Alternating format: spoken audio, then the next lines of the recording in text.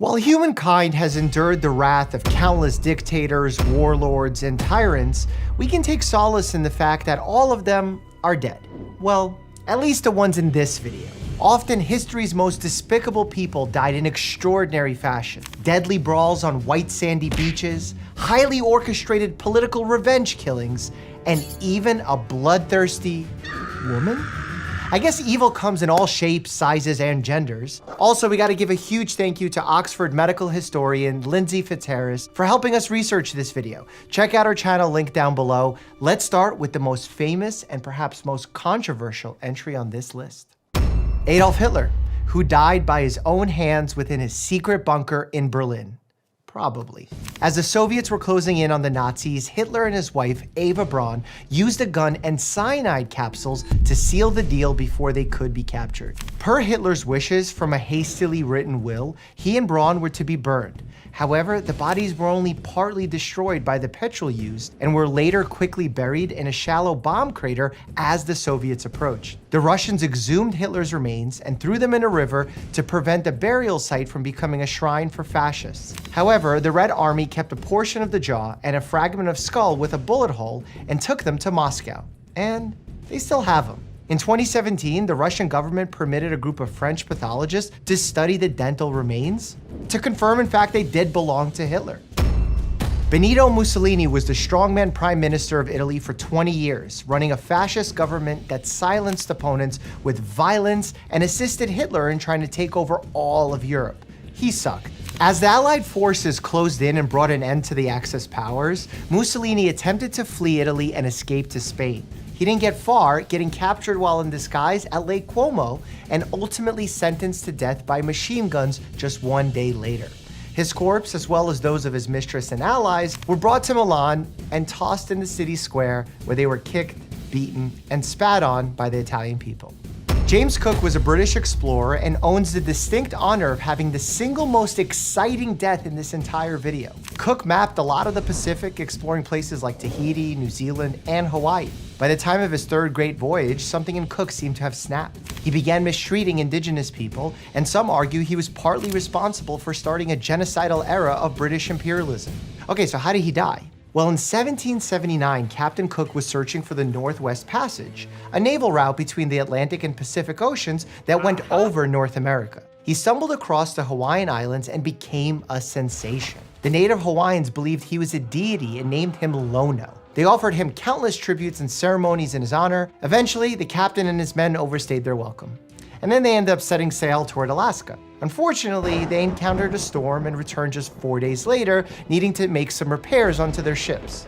A god crawling back with a broken ship 4 days later, that wasn't part of the legend the Hawaiians had believed about Lono, so tensions rose very quickly, leading to several instances of theft from his ships. Cook had unfortunately developed a zero-tolerance policy towards indigenous people who disobeyed him, so he sailed to shore, climbed onto the beach, and stomped his way to town where, without warning, he kidnapped the king. Cook escorted the king back towards the ship through the steamy Hawaiian jungle, gathering an entourage of confused Hawaiians as they marched. By the time they got back to the beach, a large, angry crowd surrounded Cook, who could not swim. With tensions rising rapidly and a no doubt difficult language barrier, chaos broke out and a brawl on the beach ensued. There was punching, kicking, clawing, biting, a real street fight under the hot sun.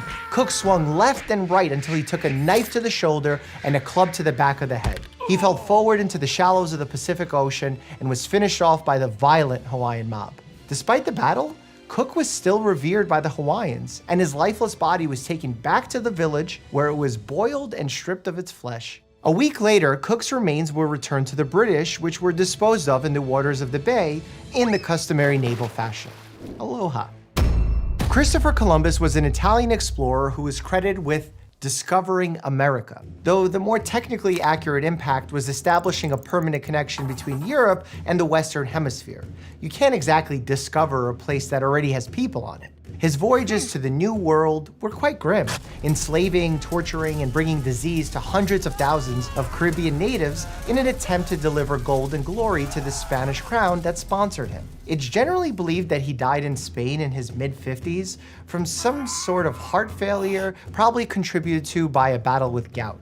That being said, a number of experts revisited this claim hundreds of years after his death and proposed a new theory: Reiter syndrome, otherwise known as reactive arthritis, an autoimmune condition.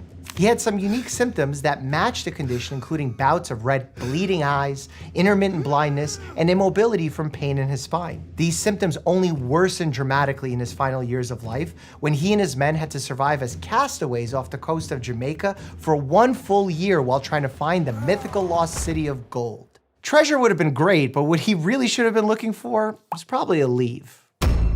Julius Caesar was the leader of Rome and one of the most dominant figures in all of human history. In fact, he is so synonymous with leadership that his name means leader in other languages, like Kaiser in Germany or Tsar in Russian. His military campaigns resulted in the deaths of hundreds of thousands in his quest to expand the Roman Empire. His success and lust for power fed off one another, and soon members of the Roman Senate grew concerned that he would turn the Roman Republic into a monarchy, anointing himself as king. Tensions were rising, and Caesar's friends warned him of dissent within the Senate. He ignored these concerns and went anyway. Once there, one of the conspirators approached Caesar on the pretext of pleading for his exiled brother. He grabbed Caesar's toga, apparently signaling to the room that the assassination had begun. The senators rushed in with blades, stabbing Caesar over and over, with each man fighting for the claim that he was the one who killed the emperor. Caesar was reportedly stabbed 35 times. No amount of IV fluids, blood transfusions, or pressors would help him there.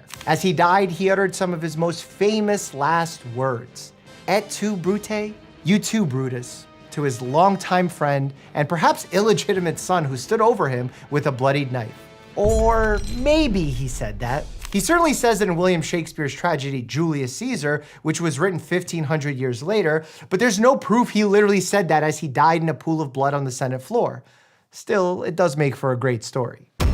Caligula was a relative of Caesar and a Roman ruler who was infamously called the Mad Emperor, and for good reason. After taking power, he fell quite ill, and many experts speculated that he may have suffered from epilepsy, a brain disorder that causes recurrent seizures. He actually believed he was a god and killed randomly, beating a priest to death with a hammer during an animal sacrifice ritual just because. He nearly bankrupted Rome, spending endless cash on extravagant feasts and parties for himself, refilling the coffers by seizing property and assets from rich Romans.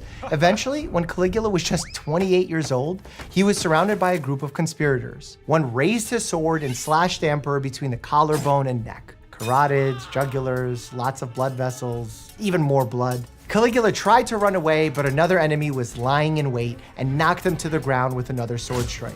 The plotters stabbed him 30 times, continuing to attack him well after he passed. Roman historian Cassius Dio claims they even tasted of his flesh. The public demanded justice for Caligula, and his assassins were sentenced to death as well. Genghis Khan died somehow. After violently uniting the tribes of Asia and the Middle East in the 11 and 1200s, the brutal Mongolian warlord died after either falling off his horse, or being castrated in a violent sexual attack, or an arrow wound from battle, or an infection, potentially even the bubonic plague. It's believed those closest to him tried to keep his legendary status after death by intentionally sharing conflicting reports of how he died. As time had gone on though, more and more experts believed the plague may have been to blame. Spread by bacteria-carrying fleas that infested rodents, or by the coughs and sneezes of sufferers, the bubonic plague causes lymph nodes to swell, ooze pus, as well as high fevers and headaches. Oddly enough, the bubonic plague still exists, though it's not common and these days can easily be treated with antibiotics.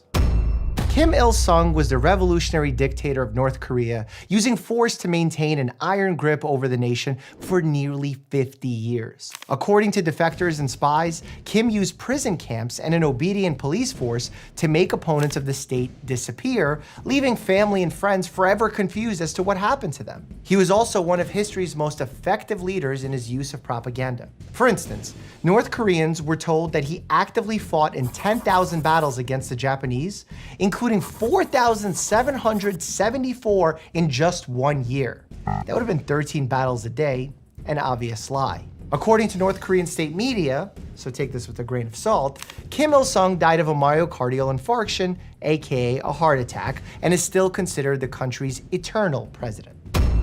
Kim Jong-il took over for his tyrannical father, and things only got worse. Along with maintaining traditions of silencing dissent at all costs, the transition of power from Kim to Kim caused an already feeble North Korean economy to completely flounder, resulting in a devastating famine, which the government preferred to proudly call the Arduous March, outlawing the very use of the term famine. Also, like his father, Kim died from a heart attack while aboard a train. Kim suffered a heart attack due to the, quote, great mental and physical strain caused by his uninterrupted building of a thriving nation. Though conspiracies and doubts continue to swirl, is it possible to get community notes on a whole country? Joseph Stalin was the dictator of the Soviet Union, a title he held for about 3 decades, overseeing the death of anywhere from 6 million and 60 million people through political imprisonment, famine, and other violations of human rights. He died in 1953 at the age of 74 from a massive hemorrhagic stroke involving his left cerebral hemisphere, likely caused by a lifetime of unregulated hypertension or high blood pressure. He suffered from blockages in his arteries, leading to vascular dementia, and there is a theory that this may have exacerbated his temper, which became even more extreme with age. When one of his doctors suggested the dictator start to take things more easily, Stalin grew furious and had him arrested.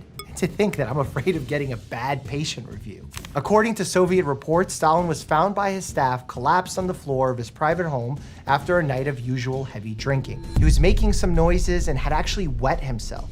Efforts were made to keep him alive, such as putting a cold compress on his forehead and sponging him with vinegar, putting leeches on the backs of his ears. And despite those medieval efforts, he had a blood pressure of 190/110, and he passed after just a few short days. Conspiracists claim that this was not, in fact, a stroke that killed him, but rather a poisonous dose of warfarin, a blood thinner often used as rat poison, citing that there was evidence of hemorrhaging in the stomach as he died. Which to me sounds par the course, given that alcoholism can cause those very symptoms to occur. In a strange twist, there's a comedy movie written about this whole fiasco called The Death of Stalin. It's actually pretty good, check it out if you're interested.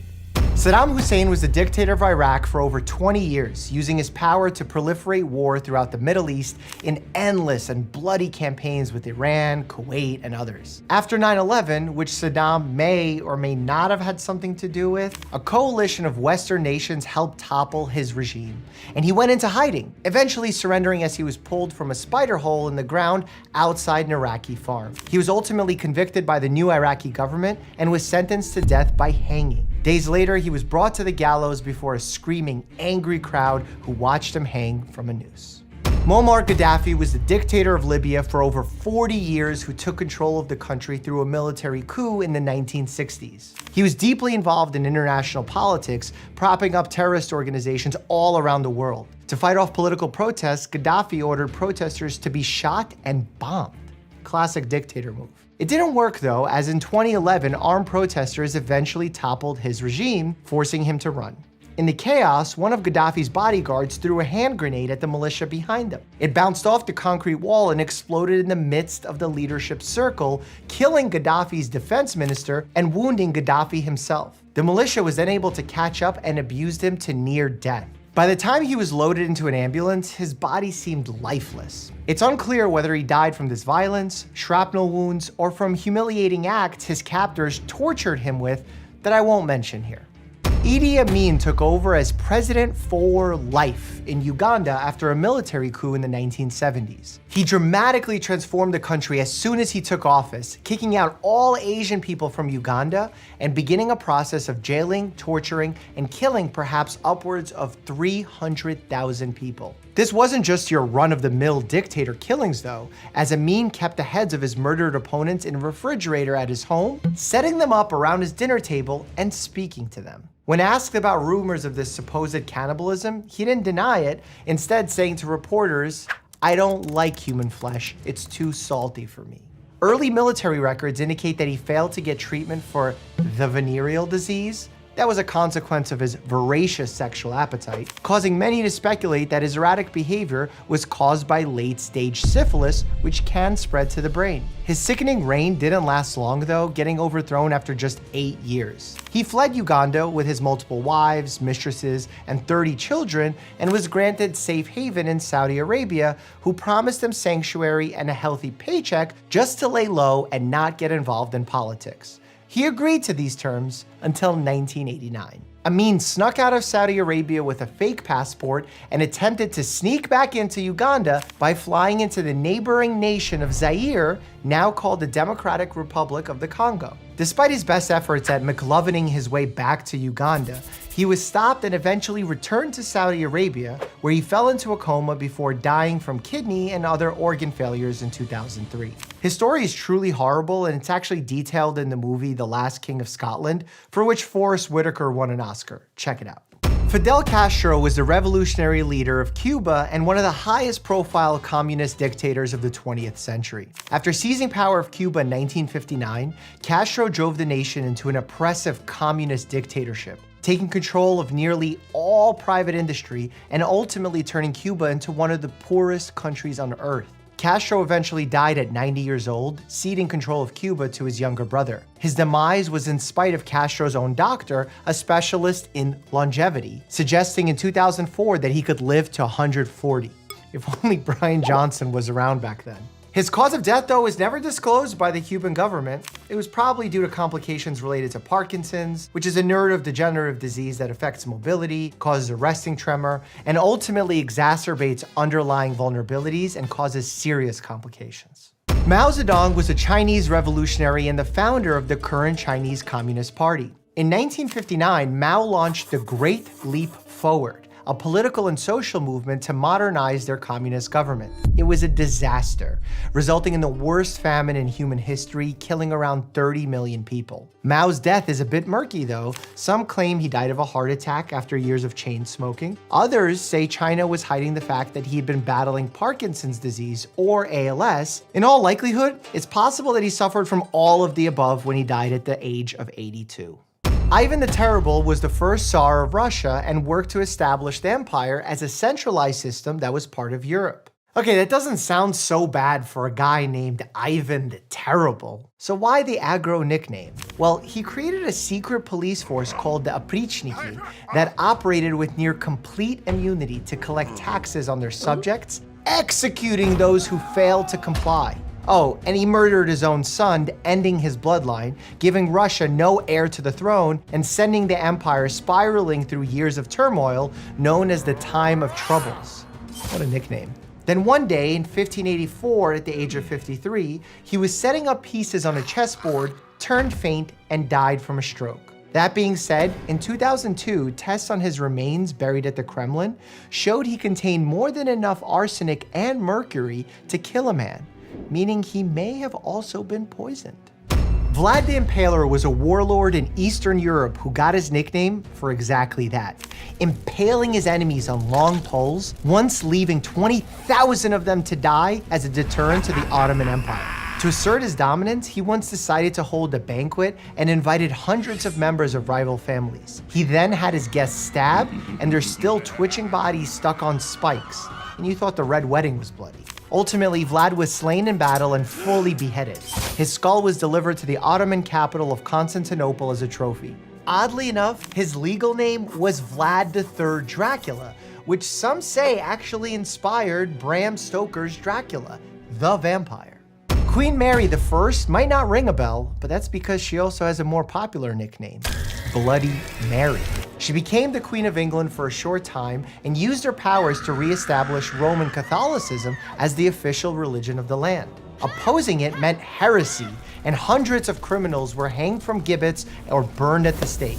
Gaining power didn't even bring her much happiness either, as she was depressed over being unable to have children, which may have been caused by an ovarian cancer. This could also have been the cause of her death at just age 42, though others speculate it was due to the flu that ravaged England around the same time. Napoleon Bonaparte was the self-proclaimed emperor of the French who rose to power in the military through hard work and a military coup. He stampeded across Europe, killing hundreds of thousands in his efforts to conquer the continent before fumbling the bag trying to win a ground campaign against the Russians in the winter. Rookie mistake. He was captured by the British just after abandoning escape plans to America. Though many agreed he should be executed for his war crimes, his opponents in Britain feared doing so would make him a martyr and create an uprising, so rather than hang him from the gallows, they banished him to the island of St. Helena in the Atlantic Ocean under the watchful eye of British authorities. After living there for several years, Napoleon began to feel a mysterious stomach pain which lingered for years until he died. The doctors who conducted his autopsy in 1821 concluded that his death was from stomach cancer resulting in bleeding gastric ulcers after a huge dose of calomel, a remedy containing mercury that was given to him just the day before his death.